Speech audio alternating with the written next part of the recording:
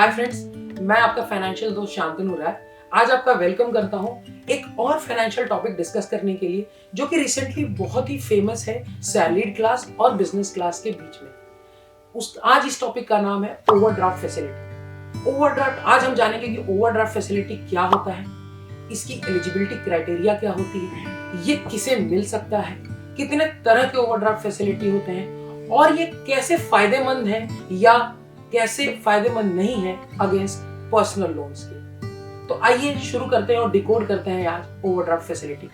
Overdraft facility जो होती है वो एक क्रेडिट लिमिट होती है जो कि बैंक सैंक्शन करते हैं। एक क्रेडिट लाइन लिमिट होती है, एक अमाउंट सैंक्शन कर देते हैं एक सर्टेन पीरियड ऑफ टाइम के लिए। फॉर एग्जांपल 10 लाख सैंक्शन कर दिया, 20 लाख सैंक्शन कर दिया, 5 साल के लिए, 7 साल के लिए, डिपेंडिंग अपॉन डिफरेंट फाइनेंशियल का जैसा जैसा उनका क्राइटेरिया है वो सैंक्शन कर देते हैं।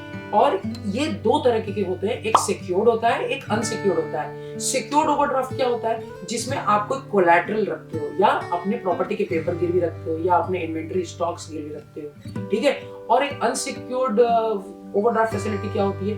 वो होती है जिसमें आप कोई कोलैटरल नहीं देते हो, जो आपके फाइनेंशियल्स के बेसिस पे बैंक या एनबीएफसीज अप्रूव करके रखते हैं। आज हम डीप में बात करेंगे अनसिक्योर्ड ओवरड्राफ्ट फैसिलिटी के बारे में, जो बिजनेसमैन प्लस सैलरीड क्लास के लोग जो कि सैलरीड है, कहीं पे एम्प्लॉयड है, कोई गवर्नमेंट में है, कोई प्राइवेट कंपनी में काम कर रहा है, उन्हें कैसे मिल सकता है, ठीक है। अब सबसे पहले बात करते हैं कि ये ओवरड्राफ्ट फैसिलिटी इतना पॉपुलर क्यों हुआ है आजकल के सिनेरियो में। देखिए आजकल का सिनेरियो ना थोड़ा सा बड़ा अनप्रेडिक्टेबल टाइप का हो गया है। कभी कोविड आ जा रहा है, कभी कोई स्टॉक फॉल हो जा रहा है, या हमारी डिमांड्स भी यूथ की इतनी ज्यादा बढ़ गई है, हमारी परचेजिंग पावर इतनी ज्यादा बढ़ गई है। कभी शादी करनी है, या आजकल एंटरप्रेन्योरशिप की तरफ लोग बहुत बढ़ रहे हैं। किसी के माइंड में ना दो तरह के डिमांड्स होते हैं। एक तो वो डिमांड होती है पैसे की जो कि हमें इमीडिएट नीड होती है, ठीक है, जैसे किसी मेडिकल पर्पस के लिए नीड है या शादी करनी है या व्हाट्सएवर। और दूसरी नीड कौन सी होती है? जो हमारे बैक ऑफ द माइंड में होती है, या हमने कभी सोच रखा होता है कि यार अगर मुझे वो प्लॉट सस्ता मिलता ना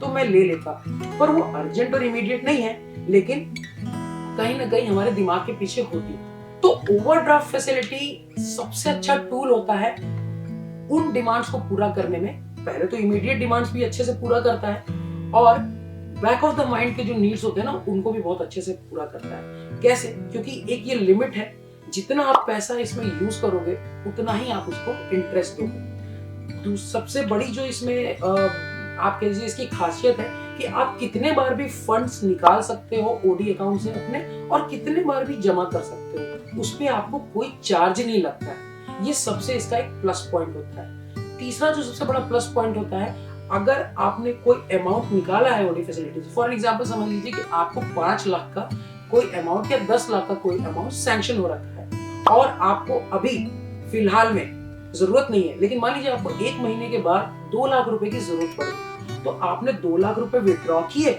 और पर डे के हिसाब से उसका सिर्फ इंटरेस्ट दिया और आपने 2 लाख रुपए जमा कर दिए वापस, तो वो इंटरेस्ट भी रुक गया, ठीक है, और आपका काम भी बन गया। तो मैंने क्या बताया, रीपेमेंट आप कितनी बार भी इसको निकाल सकते हो और इसको जमा कर सकते हो। जब आप पैसा जमा कर रहे हो ओडी अकाउंट में तो पार्ट पेमेंट चार्जेस भी नहीं लगते। अब बात करते हैं इसके एलिजिबिलिटी क्राइटेरिया कि कौन कौन लोग एलिजिबल हैं। अब हम बात करेंगे सैलरीड क्लास की, सैलरीड क्लास में कौन कौन लोग एलिजिबल हैं ओडी फैसिलिटी के। तो ये जानने के लिए कि कौन कौन एलिजिबल है, सबसे पहले ये जान लेते हैं कि कौन से ऐसे फाइनेंशियर है मार्केट में जो ओडी फैसिलिटी प्रोवाइड करते हैं। तो बेसिकली 4 से 5 फाइनेंशियर ही हैं, कुछ उसमें एनबीएफसीज हैं, कुछ बैंक्स हैं। अगर मैं बैंक की बात करूं तो कोटक महिंद्रा बैंक है जो कि ओडी फैसिलिटी प्रोवाइड करता है सैलरीड क्लास के लिए। इनके डिटेल्स में मैं अभी बाद में जाऊंगा कि क्या क्या रिक्वायरमेंट चाहिए होती है। अभी पहले फाइनेंशियल्स की लिस्ट दे देता हूं आपको। तो सबसे पहले हो गया कोटक महिंद्रा बैंक। दूसरा जो सबसे टॉप पे जो एनबीएफसी आती है जो कि ओडी फैसिलिटी देती है वो है बजाज फिनसर्व, जिसका मार्केट होल्ड सबसे ज्यादा है अमंग ऑल दी फाइनेंशियल्स। इसके बाद टाटा कैपिटल है जो कि आपको ओडी फैसिलिटी प्रोवाइड करती है, और रिसेंटली अभी आदित्य बिरला फाइनेंस ने भी अपनी ओडी फैसिलिटी निकाल दी है। तो ये तो हो गई कुछ फाइनेंशियल्स जो ओडी फैसिलिटी प्रोवाइड करते हैं। अब जानते हैं कि जो बेसिक मिनिमम रिक्वायरमेंट है ओडी फैसिलिटी लेने के लिए वो क्या है। तो सबसे पहली जो रिक्वायरमेंट है वो है आपका सैलरीड होना, आप सैलरीड क्लास होने चाहिए। इन फाइनेंशियल से लेने के लिए। दूसरा, आपकी जो मिनिमम सैलरी होनी चाहिए वो 40,000 होनी चाहिए। हाँ, कुछ फाइनेंशियल में 35,000 एंड अबव भी देते हैं, लेकिन 40,000 अगर आपकी सैलरी है तो आराम से आप एलिजिबल हो जाते हैं सारे फाइनेंशियल में। तीसरी जो कंडीशन है वो ये है कि आप जिस कंपनी में काम कर रहे हो वो कंपनी जिस भी फाइनेंशियल में आपने अप्लाई किया है वहां लिस्टेड होनी चाहिए। अब लिस्टेड क्या होती है, हर फाइनेंशियल, हर कंपनी, हर जो भी बैंक होता है अपने हिसाब से एक लिस्ट तैयार करता है जिस भी कंपनी में आप काम कर रहे होते हो। तो लिस्टेड कंपनी होनी चाहिए आपकी, उनके साथ आपकी सैलरी 40,000 से ऊपर होनी चाहिए और आपका जो सिविल स्कोर है वो 750 एंड अबव रहेगा, तो आपके chances of getting overdraft facility increase हो जाते हैं। ऐसा नहीं है कि 750 के नीचे नहीं मिलता है, मिलता बिल्कुल है, वो अलग से डिपेंड करता है कि आपका सिविल बिहेवियर क्या है, आपके रीसेंट ट्रैक्स कैसे चल रहे हैं। पर 750 के ऊपर अगर आपका सिविल स्कोर है तो आप ओडी फैसिलिटी, आपकी ओडी फैसिलिटी मिलने के चांसेस बहुत बढ़ जाते हैं और आपको आराम से मिल जाता है। अब एक और इसमें पैरामीटर होता है आपकी एलिजिबिलिटी कैसे बनती है, तो आपके लोन कितने चल रहे हैं वो भी बैंक्स देखते हैं। तो आप ये समझ के चलिए कि अगर आपकी सैलरी 40,000 एंड अबव है तो बैंक आपको 60% ऑफ आपकी सैलरी जितनी भी है, फॉर एग्जांपल अगर आप 40,000 आपकी सैलरी है तो आप 24,000 तक की ईएमआई पे करने के लिए लायबल होते हो। मतलब बैंक समझता है कि आप आराम से पे कर सकते हो, तो आपको जोड़नी पड़ेगी कि आपकी कितनी ऑब्लिगेशंस हैं, उसके हिसाब से जो बच जाता है 60% में उतना ईएमआई आप पे कर सकते हैं और उसी के अकॉर्डिंगली आपको अमाउंट ओडी का सैंक्शन हो जाता है। तो ये तो कुछ पॉइंट्स हो गए एलिजिबिलिटी क्राइटेरिया के बारे में। अब जान लेते हैं कि डॉक्यूमेंटेशन वाइज क्या रिक्वायरमेंट होती है किसी भी ओडी फैसिलिटी के लिए। तो शुरू के तो डॉक्यूमेंट्स बहुत ही आसान होते हैं, जैसे कि आपको एक आईडी प्रूफ चाहिए। आईडी प्रूफ में आपका पैन कार्ड हो गया, आधार कार्ड हो गया, पासपोर्ट हो गया।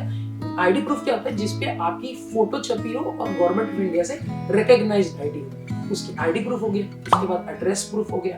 एड्रेस प्रूफ में आपका आधार कार्ड हो गया, पासपोर्ट हो गया, मतलब गवर्नमेंट से ऑथराइज जो भी आपके डॉक्यूमेंट्स हैं। इसमें कुछ एनबीएफसी और कुछ बैंक जो है वो बैंक स्टेटमेंट भी ले लेते हैं, पर कुछ एनबीएफसी और बैंक बोलते हैं कि नहीं, मुझे गवर्नमेंट अप्रूव ही चाहिए।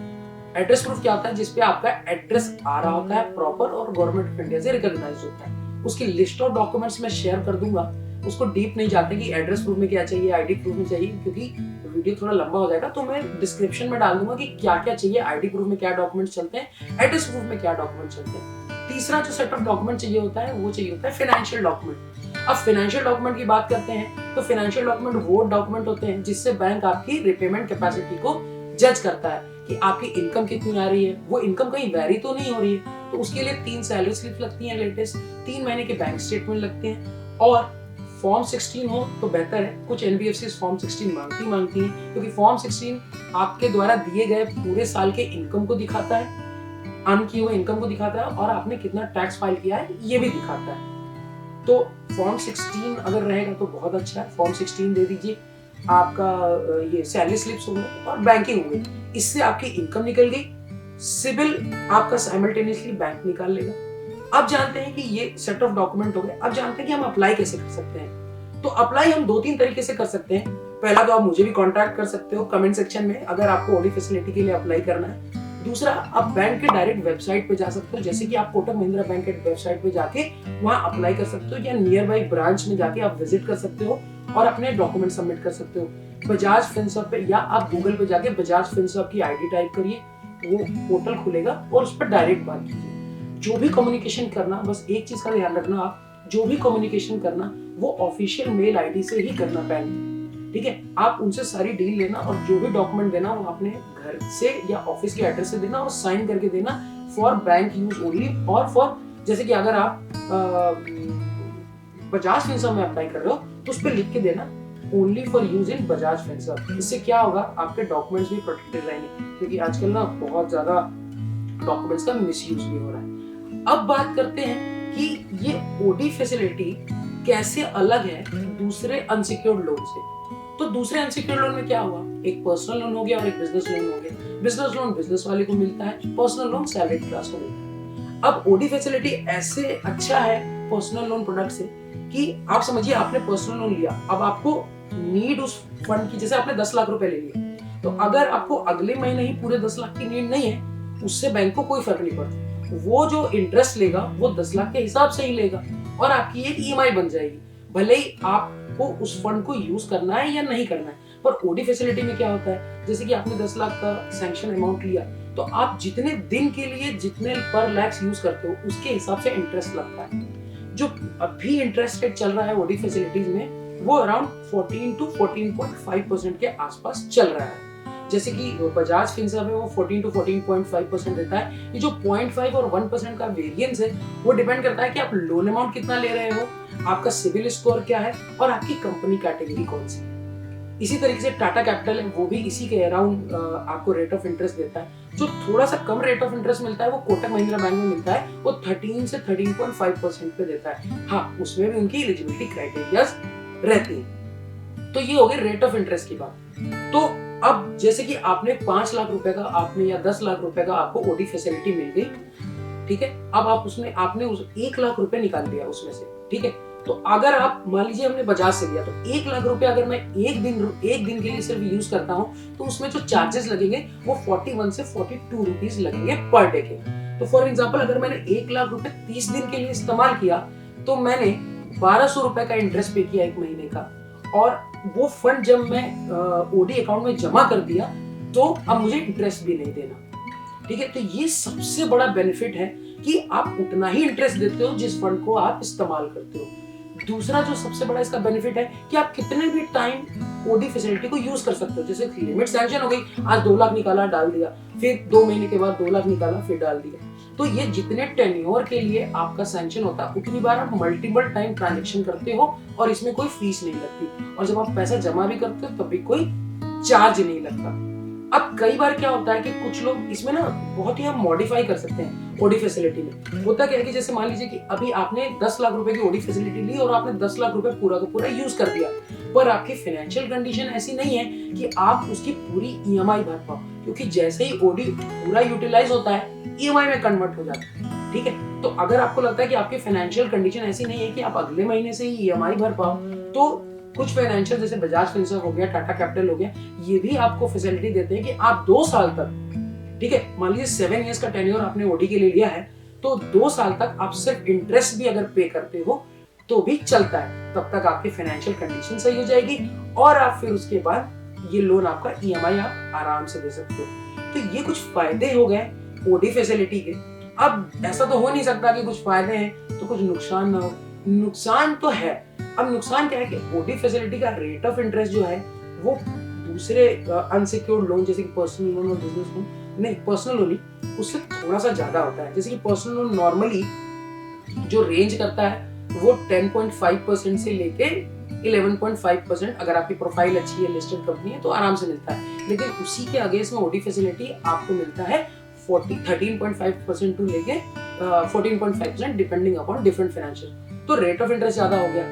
दूसरा क्या कौन है इसका, दूसरा कौन है कि जो अपफ्रंट फीस लगती है ओडी फैसिलिटी को जनरेट करने में वो ज्यादा लगती है in comparison to personal loan. जैसे पर्सनल लोन अगर आप एचडीएफसी आईसीसी से लेंगे तो आपको एक प्रोसेसिंग फीस लगेगी जो कि 5-6 हजार के अराउंड रेंज करेगी, चाहे आपका अमाउंट कितना भी हो, 1 लाख हो चाहे 10 लाख हो। लेकिन वहीं in comparison to personal OD में आपके जो अपफ्रंट चार्जेस होते हैं वो बहुत ज्यादा होते हैं। एक तो फाइनेंशियल इंश्योरेंस मैंडेटरी करते हैं ओडी फैसिलिटी में जो कि 1% ऑफ द लोन अमाउंट के अराउंड होता है।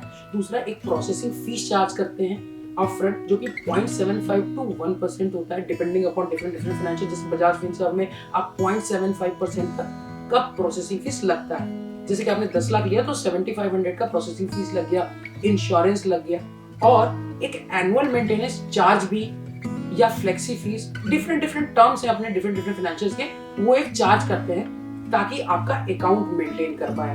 आप जब चाहें तब आप डिपॉजिट कर ले, आप विड्रॉ कर ले, तो उसका एक एनुअल मेंटेनेंस फीस भी लगता है।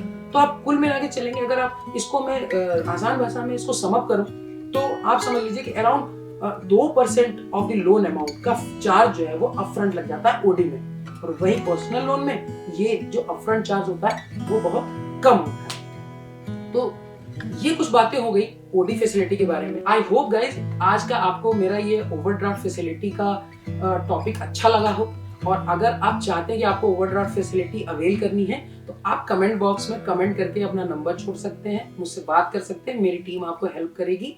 और thank you for watching this video, please like and subscribe. मिलते हैं नेक्स्ट वीडियो में, थैंक यू।